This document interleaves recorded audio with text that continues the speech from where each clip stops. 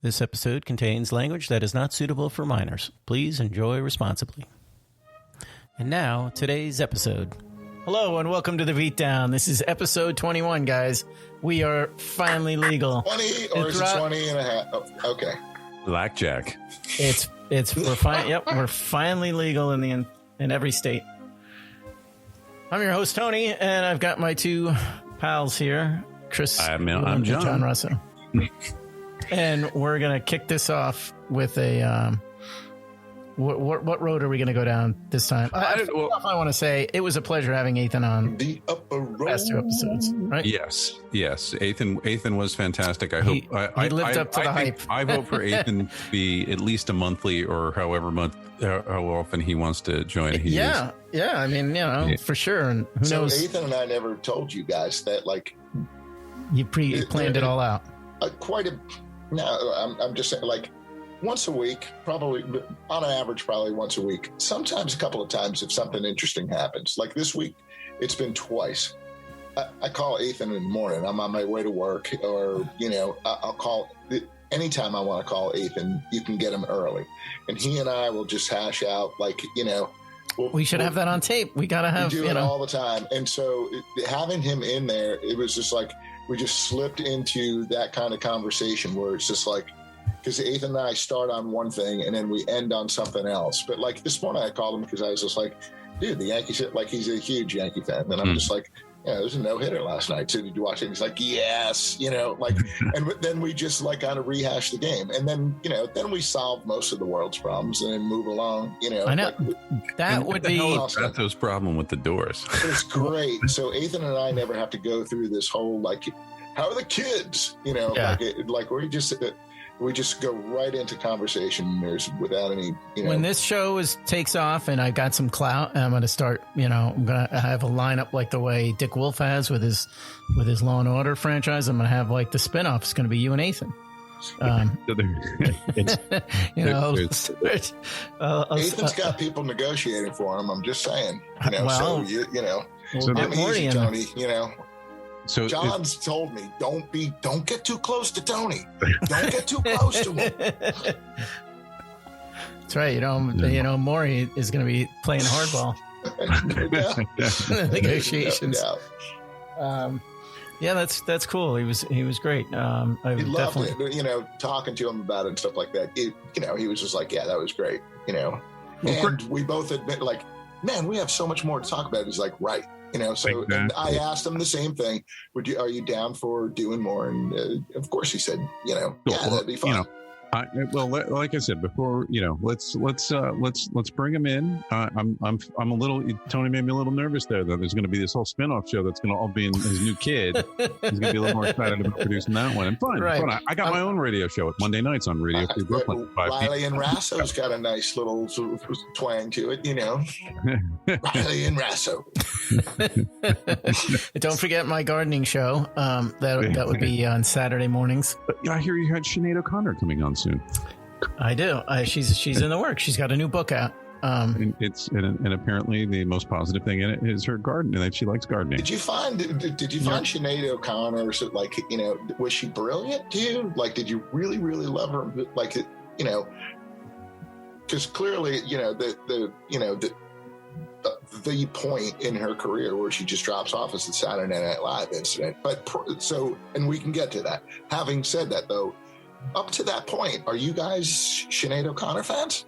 I'm in the office at SST, and a woman in the office goes, "Hey, I have this great new CD. I absolutely love this. I'm going to put this on." And it was the first Sinead O'Connor record, and it was just like, "Wow, this is pretty great. It's pretty intense." It's like, it was a little one note for me, but it was like this, this bald, passionate woman, like just spilling her guts.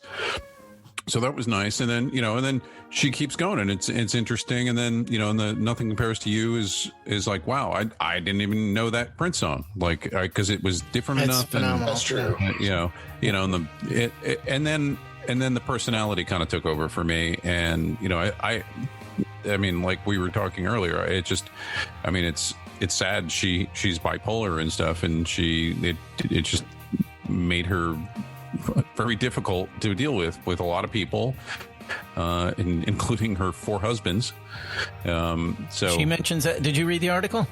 I didn't read it. I saw the thing, and I saw the spin on it, and it was kind of like, I actually just reading sort of the little intro piece made me think, yeah, I guess she did totally fall off after that Saturday Night Live incident. Like, I didn't think about her being blackball. I just thought about her being incapable. Yeah. You know, I didn't. I thought it was that incident more than any sort of mental decay. Right, but I think it was a series of things that had happened, that being like the biggest one, and then it went down a path. So she has a new book out. She wrote basically a memoir and her side of things, but in the article she also talks about, she kind of looks at what happened to Britney Spears and says, this is like similar to me, of like, and it brings up the whole argument of like, why is it that women can't do behave a certain way? There's a certain expectation with women. Maybe it's in general in all occupations, but I guess it happens with politics too. There's that argument.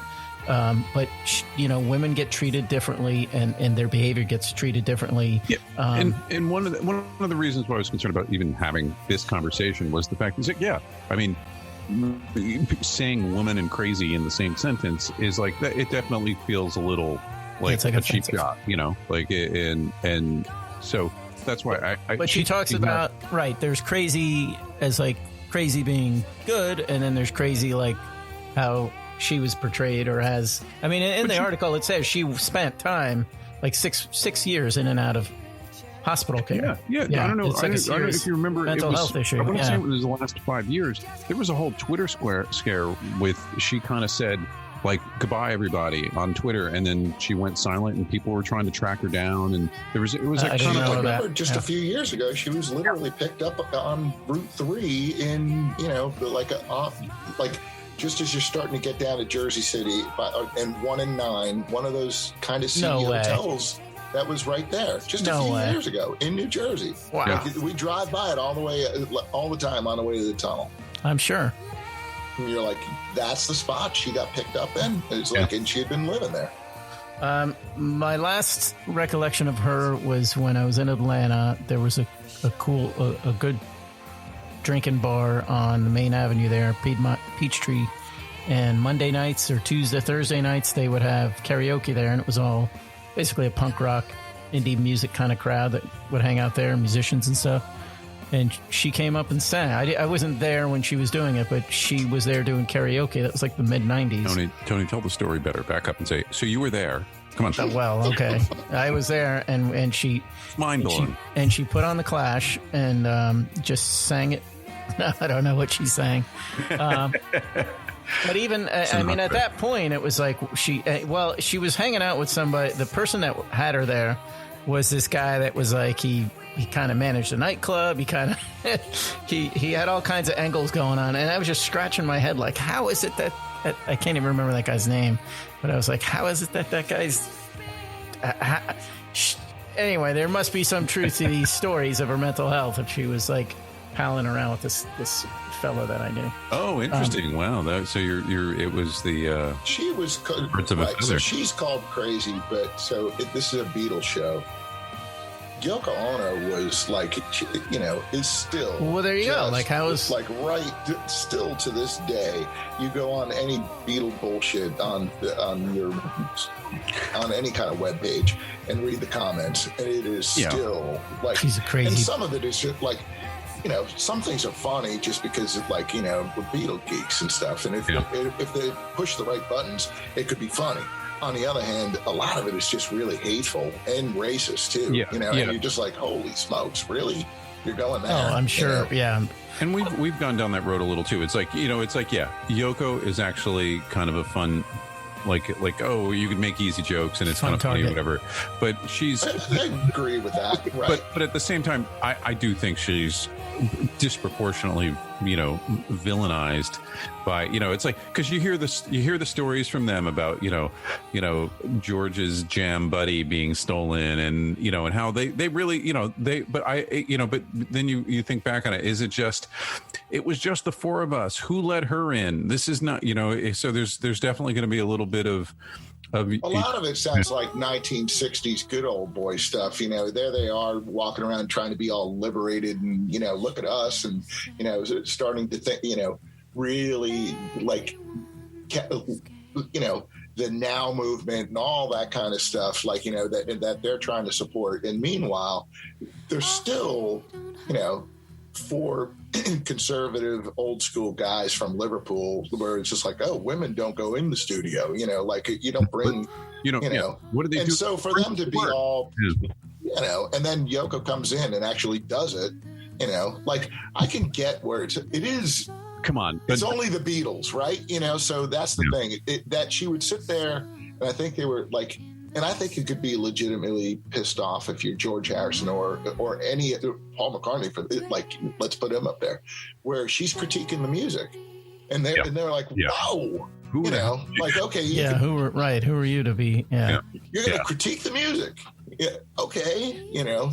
But and I told that and that's where I think like who the hell is she kind of attitude. And at the same time it's like there's the bed in the studio. Oh, there's drama, there's no doubt. There's you know, but at the same time is I also don't buy her bullshit that like she had no idea who the Beatles were when she met, so you know it's kind of I think she lives life a little bit. There's a performance art and everything, you know. So some of it's kind of like, let me. I'm going to throw everyone off center. It's like I don't know who the Beatles are. Like you know, just to, you know, it's just being provocative sometime. And remind me again what year does she enter the picture? They meet in 66, 66. But right but that's when is that the Andrea. That's when she has her 66. It's that early, right? And then the 60s. But John, you know, John's like nothing happens. I think nothing. I don't think anything happens until another. There's a story that's out there, John. But it's not it's a story, non-story. And the story is that she tried to pull Paul McCartney first. Is the story? Yeah. I know you've heard that before. Yeah. Having said that, to Paul McCartney's credit, and Yoko, of course, isn't going to like do anything to dispel the myth. So they don't talk about that. They don't make a big deal about it, except for the fact that it's out there, that you and I both know that, like, have heard before anyway. Paul like Bonds. That she tried to get Paul first, and that didn't work out so well. So she went to John. So that's what makes you find her, I've never heard of the Beatles, somewhat disingenuous, you know. And it's the fucking Beatles, you know. Even like my grandmother knew them, and she wasn't going to listen to their records, right? She was like, no, it's like I don't know who Lyndon Johnson is, right? You know? Right. Yeah, but and that's where, you know, they are so big, and like them, like uttering your name in an interview once, how it altered your life. You know, it's, I mean, they were like Oprah, you know. It was like you were anointed, you know, and they had a lot of hangers on and stuff, but they were all, at the same time, they were 25, you know, right? That's amazing. You know, it is. So that's where, I mean, it feels like piling on sometime when you talk shit about Yoko. I mean, so I don't know if you remember a couple of years ago. So I'm at there's the annual National Music Publishers Association, and they had a dinner in New York, and they do it every year, and it's like their annual meeting. And one of the things they did is Sean comes out with Yoko. You know, and Yoko's really ill. Like you could tell she's like not old. She's she's like the queen. You know? Yeah. And she comes out, and it's they officially gave her a co-writing credit on a song she owns 100% of. You know what I mean? And so she is that's now still very important to her. You know, like that's always been important to her. But, right? So she talks. But once again, it wasn't like she asked for it or whatever. But I think it was just sort of the ploy to get her out there. But so she officially has a co-writing thing. Because frankly, though, if Yoko wanted to, all the songs could now be credited to Bozo the Clown. You know, I mean, she owns Imagine outright, 100%. There's no right. So there's a little bit of phoniness there, but And so they play a little audio clip of John going, Yoko could have been the, I really should have given her credit. It was her. She was always saying, I've read that 1,000 times. Right. Imagine that. And so, it was just sort of like, okay, you said, so the pizza boy should get credit.